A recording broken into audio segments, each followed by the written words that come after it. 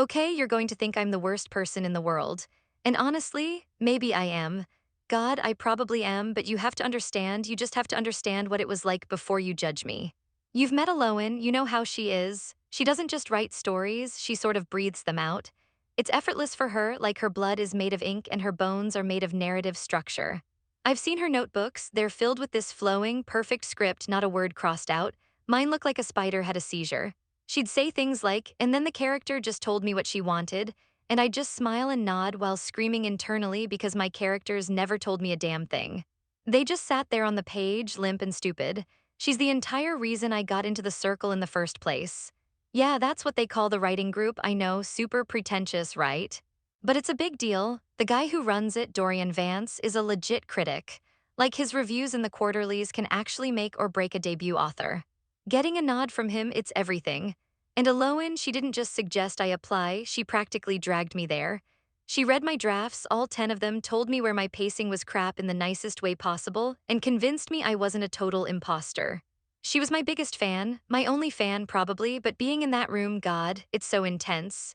It's in this old library building, all dark wood and the smell of dusty paper. Everyone is so sharp, so clever, and they all have this vocabulary. They use words like diegetic and liminal in casual conversation. And they're all fighting for a scrap of attention from Dorian. He'll sit there not saying a word, just kind of steepling his fingers, and then he'll drop one perfect, devastatingly smart comment, and everyone just scribbles it down. And I'm sitting there week after week next to Aloan who they all adore, and I just feel small, so incredibly small. I felt like a fraud, like the tag-along, you know. Just Aloan's quirky little friend she brought to the grown-ups table. Whenever she got praised, she'd reach over and squeeze my hand under the table, like to say, we're in this together, but it felt like a condescending pat. It felt like pity. All I wanted more than anything was for them to see me, for Dorian to look at me and think, huh, she's got something, not just, oh, there's that girl who came with Aloan. I was so desperate for that. It was like a hunger, you get it right? It just ate at me, so last month's meeting, it was a big one. The air in that room was thick with ambition. Everyone was supposed to bring their A game, the stuff they were hoping to submit for the spring anthology. Aloan was up. She was reading a chapter from her novel, the one she'd been pouring her soul into for like a year. And it was good. I mean, of course it was good, it's Aloan. The room was totally silent, everyone was just captivated. She has this way of reading, you know. Quiet but so confident, her voice weaving this spell around us. It's about this botanist in the 19th century who discovers a flower that blooms only in moonlight, and there's this whole forbidden love subplot. It's beautiful, honestly, it's the kind of stuff I could only dream of writing. And I was sitting there listening, and this sick feeling was just churning in my stomach. It was jealousy, pure and simple, ugly and green. It felt like every perfect sentence she read was another shovelful of dirt on my own coffin of mediocrity. I was thinking about my own chapter, the one I'd stayed up all night sweating over, and how it would sound like a clumsy child banging on a piano after her Rachmaninoff. Then she gets to this one part. It's a really tender, intimate scene. The botanist is describing the flower to her lover, and she says something like, its petals are the color of a lover's blush, Venus and pale. Oh, Venus. The word just hung there in the air like a sour note in a perfect melody. I saw it immediately. You know, like veins, veiny, it was just a little off, right? A tiny bit clinical and weird for such a romantic moment, and I glanced over at Dorian. That's when I saw it, a flicker of a smile on his face. Not a mean smile, just an amused one, an editor's smile, the smile that says good but not perfect. And that was it, that was the moment the devil on my shoulder or whatever just took the wheel. It was a calculated risk, a lightning-fast equation in my head. The tiny chance of humiliating myself versus the huge, glittering prize of making Dorian Vance laugh. My hand shot up, Eloan paused, looking surprised. I never spoke up first. Raven, she asked, her voice all soft. Just on that last line, I said, trying to make my voice sound casual, like I was just tossing out a thought. The word Venus, it's giving me a very anatomical vibe. I paused for effect, letting the silence stretch just enough, like less romantic blush and more hemorrhoid cream commercial. Boom. It happened, Dorian chuckled, a real, actual chuckle that started in his chest. Then a couple of other people laughed too, that kind of nervous, intellectual tittering they do. It was like a drug, the most potent, addictive drug I'd ever had. For a split second, all eyes were on me. The spotlight wasn't on Aloan anymore, it was on me, I was the sharp one. The witty one. Aloan just blinked, a little confused, but then she smiled and gave a little shrug. because she thought we were just riffing, like we always did at home. She thought it was just a joke between us, a bit of our usual banter spilling out, and I let her believe it. I told myself it was fine, it was just a joke, she wouldn't mind. She's a Lowen, she never minds. That first laugh, though, it was a taste of blood, and I wanted more. I mean, why stop there, right? I had their attention. Dorian was looking at me, actually looking at me with a curious expression, a slight tilt of his head. So when Aloan tried to continue reading, her voice a little shaky now, I jumped in again. No, but seriously, I said, leaning forward, making it a whole performance. Think about the logic of it. Our botanist heroine, what's her name again? Beatrice? Okay, Beatrice. She's so prim and proper, right? All pressed collars and scientific journals. And then she meets this rugged stable boy, and suddenly she's comparing flowers to varicose veins. It feels a little out of character. Unless this is a secret medical thriller and in the next chapter she's going to diagnose him with gout. More laughter, this time it was louder, less hesitant. I was on a roll, I felt powerful. For the first time in that room, I felt like I was driving the conversation, not just clinging on for dear life. I started flipping through the pages of her manuscript that she'd given us, my own copy now marked up not with helpful notes, but with ammunition. And what about this bit here on page 5, where the stable boy Finn tends to his mare with a knowing hand? A knowing hand, Aloan darling, that sounds like the beginning of a very different kind of novel you'd buy in a back alley. Is that the plot twist? Beatrice is into that. The vibe in the room shifted, you could feel it. The initial amusement started curdling into something else, something awkward. People were still smiling, but it was that tight, uncomfortable smile. The kind you make when someone's joke goes on for way too long. It was the smile of people witnessing a car crash. But I couldn't see it, I was blind. I was high on the attention, on the feeling of finally being the cleverest person in the room. I wasn't critiquing anymore, I was roasting her. I took her beautiful, heartfelt prose she had read to me in her kitchen just last week, asking if it was okay, and I twisted it into a series of cheap punchlines. I pointed out a metaphor about a weeping willow and asked if the tree needed antidepressants. I questioned why the villain, a rival botanist, had a bristly mustache and declared it a lazy cliché straight out of a silent movie. Each comment was a jab, a little sharper than the last. I was tearing her work apart piece by piece, not for the sake of feedback, but for the sound of laughter. My laughter, their laughter, I didn't even look at Aloan. Not really, I couldn't. I think some part of me knew that if I made eye contact, the whole act would crumble. Out of the corner of my eye, I could see her. She wasn't smiling anymore. She'd put her manuscript down on the table. Her hands were just resting on it, and her face, God, her face was completely white. She was just staring at the pages, completely still, as if she was trying to turn to stone. The life had just drained out of her. The room had gone mostly quiet by the end. My last joke about the phallic symbolism of the flower stamen landed with a thud in the dead silence. It was just me talking into a void. I finally stopped, my heart pounding, my mouth dry. I looked around, expecting to see admiring faces.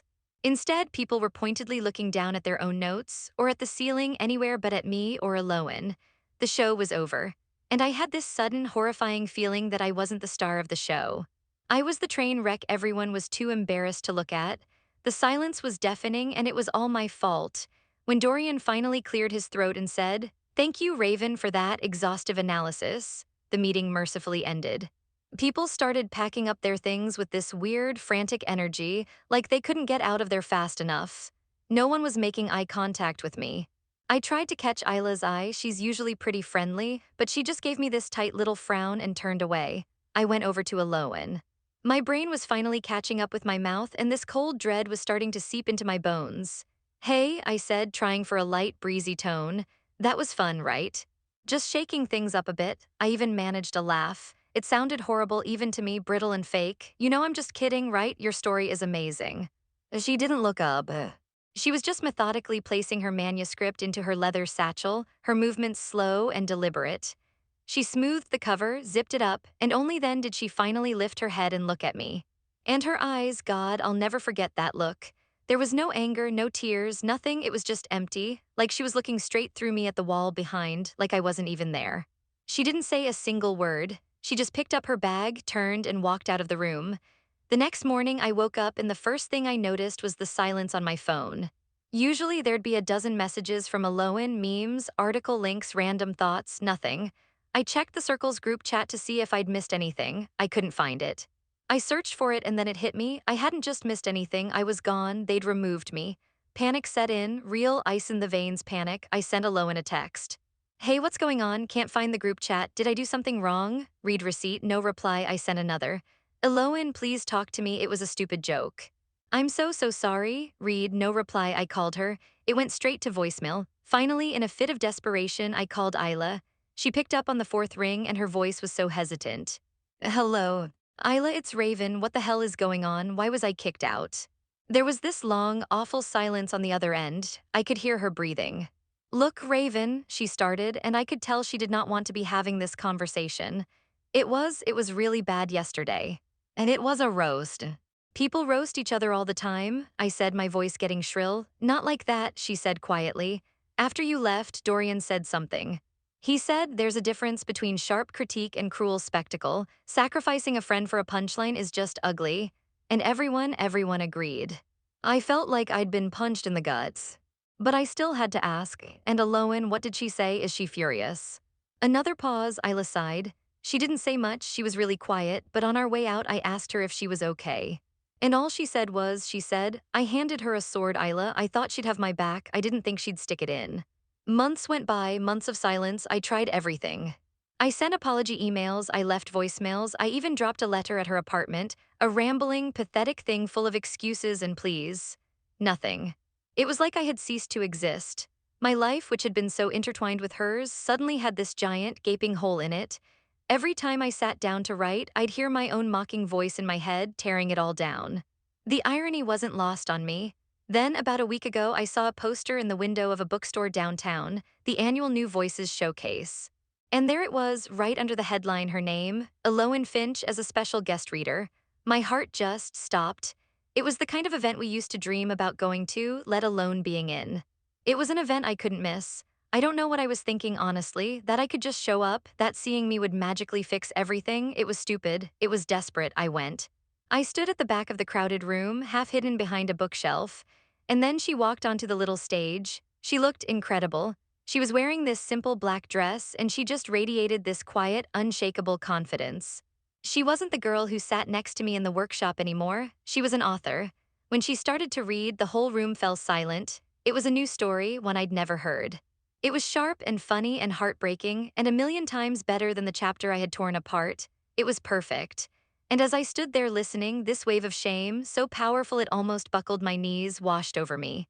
I hadn't just betrayed my friend, I had betrayed her talent. I had tried to make something beautiful seem small and ridiculous because it made me feel big. After the reading, a crowd immediately formed around her. Dorian was there, beaming, clapping her on the shoulder. Isla and the others from the circle were there, hugging her, their faces shining with genuine pride. They were her people, her circle, and I was on the outside looking in. I don't know what possessed me, but I started walking towards them. My feet just moved on their own. The group parted slightly as I got closer, like the Red Sea of my social death. Dorian saw me first, and his smile just vanished. Isla's face tightened, and then Aloan saw me. Our eyes met for the first time in months. I opened my mouth to say something, anything, her name, I'm sorry, anything, but her expression stopped me cold. There was no anger there. No hatred, no lingering sadness. There was just nothing. It was the polite, distant recognition you'd give a former classmate you barely remembered. She gave me a tiny, formal nod, a blink and you'll miss it acknowledgement. And then she turned away, back to Dorian, back to her friends, laughing at something he said. She didn't just dismiss me, she erased me. In that one tiny gesture, she showed me that I was so irrelevant to her life now that I wasn't even worth hating.